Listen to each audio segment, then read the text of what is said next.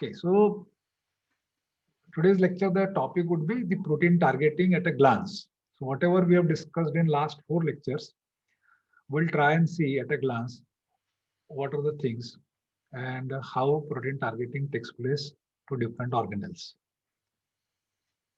This is the usual disclaimer, so I am not going into the details of this. Okay, so what we learned basically is that we have two types of ribosomes. Ribosomes which are free in the cytoplasm and ribosomes which are bound to the endoplasmic reticulum. Okay, and basically there is no difference in terms of their structure and function in these two types of ribosomes. They are same. Okay, they are same structurally and functionally. There is no difference whatsoever. Please understand. Okay, eukaryotic ribosome is eukaryotic ribosome, whether it is free or bound. Structurally and functionally, there is no difference. Then what determines whether the ribosome will remain free or whether the ribosome will get bound to endoplasmic reticulum? So what we learned was this, that basically all ribosomes initially are free. The first few amino acids synthesized by the ribosome decides whether the ribosome is going to be free, will remain free, or it is going to get bound to the endoplasmic reticulum. If the first few amino acids constitute what is called as a signal sequence, and we have seen what are the characteristics of a signal sequence, then that particular ribosome, using signal recognition particle receptors, SRP receptors, it gets bound to the endoplasmic reticulum. It gets bound to the endoplasmic reticulum. Okay, and it is responsible for synthesizing these three categories, major categories of proteins: lysosomal proteins, plasma membrane proteins, and secretory proteins. Proteins which are synthesized and then they are exported out of the cell. These three major categories. Please understand, for example, endoplasmic reticular lumen also comes under this, but these are the three major destinations that we discussed. Of this, we have discussed at length what is or how proteins are transported to lysosomes. So if the first few amino acids, 25-30 amino acids, constitute what is called a signal sequence, then this is going to get bound to the endoplasmic reticulum, and it is held by SRP. It is held by SRP receptor. It goes to endoplasmic reticulum, and we have seen in endoplasmic reticulum a lot of post-transcriptional processing takes place. Okay, so we'll not go into the details of this. This is just an overview. But if the first few amino acids don't constitute what is referred to as signal sequence, then that particular ribosome is going to remain free in the cytoplasm. Okay, that particular ribosome is going to remain free in the cytoplasm. It is not going to get attached to the endoplasmic reticulum, right? And these free ribosomes, they undertake synthesis of mitochondrial and plastid protein. Plastid means chloroplast. If it is a plant cell, then it is also a major destination. Chloroplast is a major destination. So those proteins are also synthesized by free ribosome. Proteins which are destined for peroxisomes, they are also synthesized by free ribosomes. And another major destination is nucleus. So nuclear proteins are also synthesized on free ribosomes, and then they are transported using specialized sequences to the destination.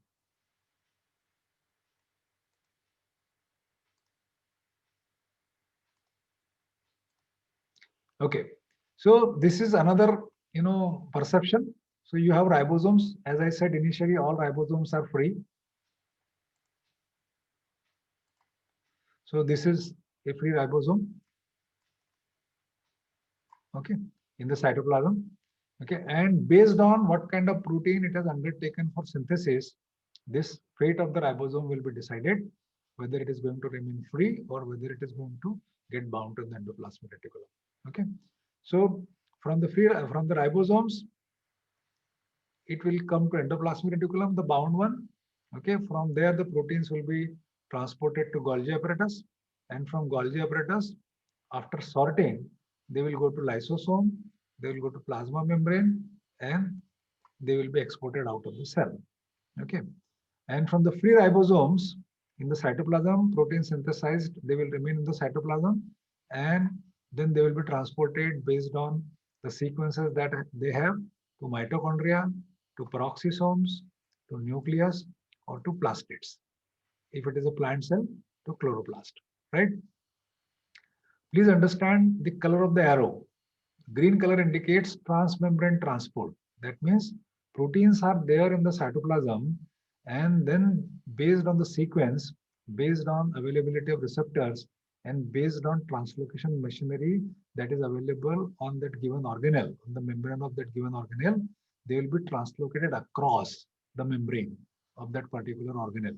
So it is basically a transmembrane transport.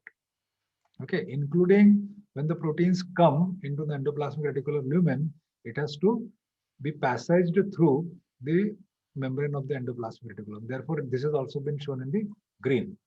So green arrows indicate what? Green arrows indicate where transmembrane transport is taking place.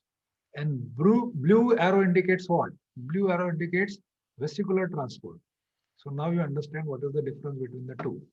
From endoplasmic reticulum, those transport vesicles will bud out and they will fuse with Golgi apparatus. So this is vesicular transport. From Golgi apparatus, those transport vesicles will bud out and then they will either form lysosome or they will take the proteins to plasma membrane, or in those vesicles, proteins will be exported out of the cell. So this is a vesicular transport. The one in blue indicates what? Vesicular transport. So you must clearly understand, you must be able to clearly distinguish between what is meant by transmembrane transport and what is meant by vesicular transport.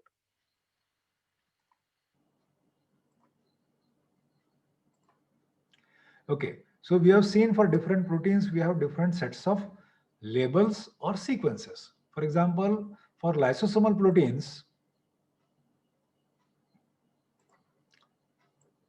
we have seen the label is mannose 6-phosphate. It is added in the cis Golgi by two-step enzyme catalyzed reaction, and it remains a part of the protein. Means after the targeting, it is not cleaved off, it remains a part of the protein. It is there in the mature protein also. For mitochondria, the sequence is amino terminal, what is called as matrix targeting sequence. Matrix targeting sequence, MTS. Where it is located at the N terminus. And please understand that there is no consensus sequence. Okay, it may vary from one mitochondrial protein to other protein, but it shows broadly some characteristic features. Okay, and what is important is that it is not a part of the mature protein. It gets cleaved after the protein has been transported to the destination. Okay, we in mitochondria, we have seen that there are 4 possible destination. You have outer membrane, you have inner membrane, you have intermembrane space, and you have matrix.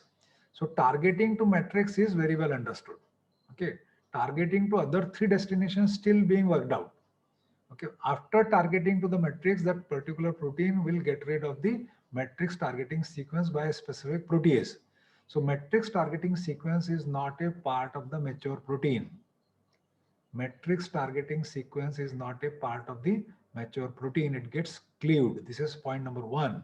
Point number 2, as far as mitochondria is concerned, the protein transported is not fully folded. It is either partially folded or unfolded. Partially folded or unfolded protein only is transported across the mitochondrial membrane. This is another point that you must remember. Same is the case in case of chloroplast. You have amino terminal, what are called as chloroplast transit sequences.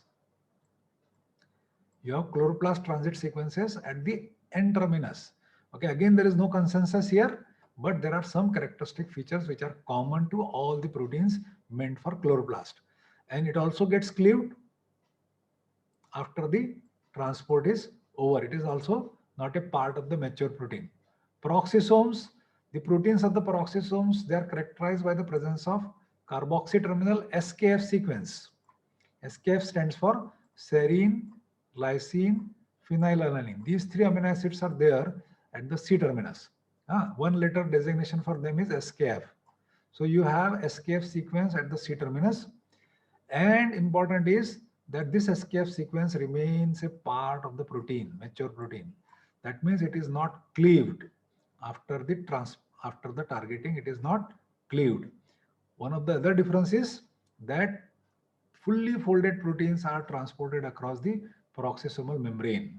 Unlike mitochondria and chloroplast, here proteins are fully folded.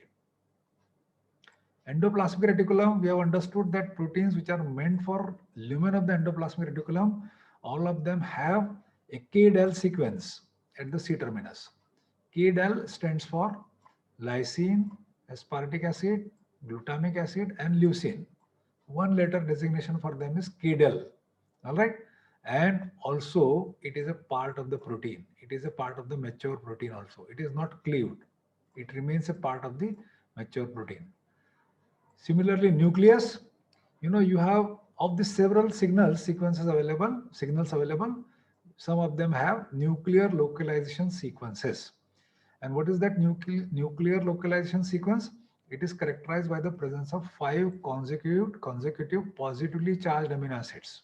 So we have seen in one of the lectures what is meant by that. So nuclear localization sequence, it is basically presence of 5 consecutive positively charged amino acid. And please understand, here we are not specifying whether N terminus or C terminus. It can be there anywhere in the polypeptide chain in the protein, and it also remains a part of the protein. It is not cleaved after the targeting. After the transport, it is not cleaved. It remains a part of the protein. Okay. Another difference is that for nucleus also, fully folded proteins are transported across. So it is only for the mitochondria and chloroplast that you have partially folded or unfolded proteins are transported, whereas in case of peroxisomes, even endoplasmic reticulum and nucleus, protein need to be fully folded, and then only their transportation is undertaken.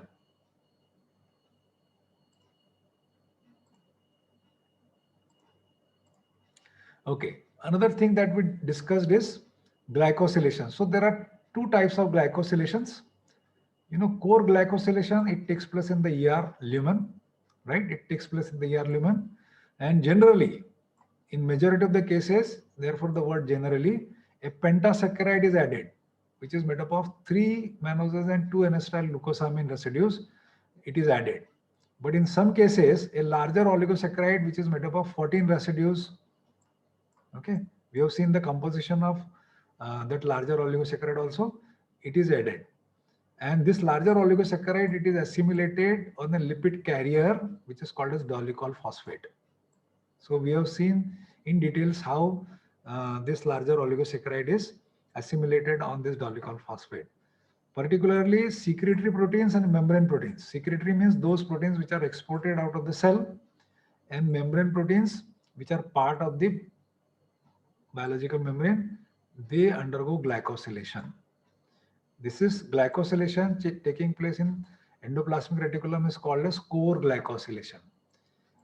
Vis-a-vis, changes, modification, addition, deletion taking place in the oligosaccharide unit in Golgi apparatus is called as terminal glycosylation. It takes place in Golgi apparatus. As far as lysosomal protein is concerned, 2 mannoses are removed and 2 N-acetyl glucosamine and a fucose residue is added in the medial Golgi. Whatever oligosaccharide unit the lysosomal protein has, whether it a pentasaccharide or whether a larger oligosaccharide, of this, 2 mannoses are removed in the medial Golgi and 2 N-acetyl glucosamine and a fucose is added in the medial Golgi, and afterwards another N-acetyl glucosamine, galactose and a sialic acid is added in the trans Golgi. So these modifications that taking place, addition that are taking place in the Golgi apparatus are called as terminal glycosylation.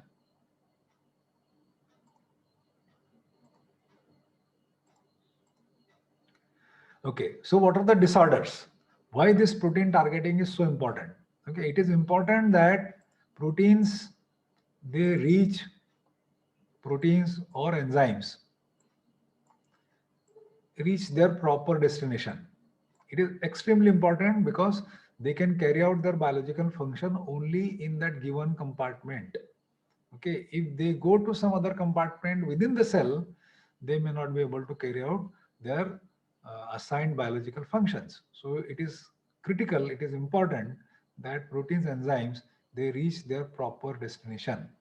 Removal or mutation in components of targeting, whether it is sequence, whether it is label, whether it is enzyme which is involved in addition of that particular label, if there is a mutation in that enzyme or if that is removed, sequence is removed, it may lead to mistargeting, mistargeting of the protein or the enzyme. So if they are destined for compartment A and because of the removal or because of a mutation in a component which is related to targeting, then they may not reach that compartment A, rather they may reach to some other compartment in the cell, resulting in disorders. Okay, some of the disorders are listed in this particular table. For example, if there is a mutation or removal of the sequence of proteins which are meant for peroxisomes, then it results in what is called as Zellweger syndrome. We'll not go into the details of this particular syndrome, but you need to remember this particular name. It is a disorder of protein targeting to peroxisome. Lysosome we have discussed in at length. If the particular enzyme phosphotransferase gets mutant, then that addition of label gets affected, addition of mannose 6-phosphate label gets affected, and it results in what is called as eye cell disease. Eye cell disease is characterized by psychomotor retardation. Eye cell disease is also characterized by skeletal deformities. Okay, so such a simple thing, enzymes are being synthesized in normal quantity, but genes coding for those proteins is all right, but since the label could not be added, all those proteins, all those enzymes which are meant for lysosome, they go to some other compartment of the cell, and those complex biomolecules which need to be hydrolyzed under acidic condition, they remain undigested, unhydrolyzed, and they start appearing in the circulatory system, resulting in what is called as eye cell disease. It is also called as mucolipidosis 2. Another disorder of peroxisome is hyperoxaluria, hyperoxaluria. Okay, so this is again related to either removal of the escape sequence or some substitution in the escape sequence, resulting in mistargeting of some of the enzymes, some of the proteins meant for peroxisome, resulting in a kidney disorder. Similarly, endoplasmic reticulum, if the proteins don't get that proper sequence, KDL sequence, if there is substitution in KDL sequence, then proteins will not come back to endoplasmic reticulum, and resulting in what is called as nephrogenic diabetes insipidus. This is a pathological condition which results because of malfunctioning of the sequence of proteins meant for endoplasmic reticulum. So please understand, it is very critical, it is important that proteins, enzymes, they are synthesized on the ribosomes, reach their proper destination.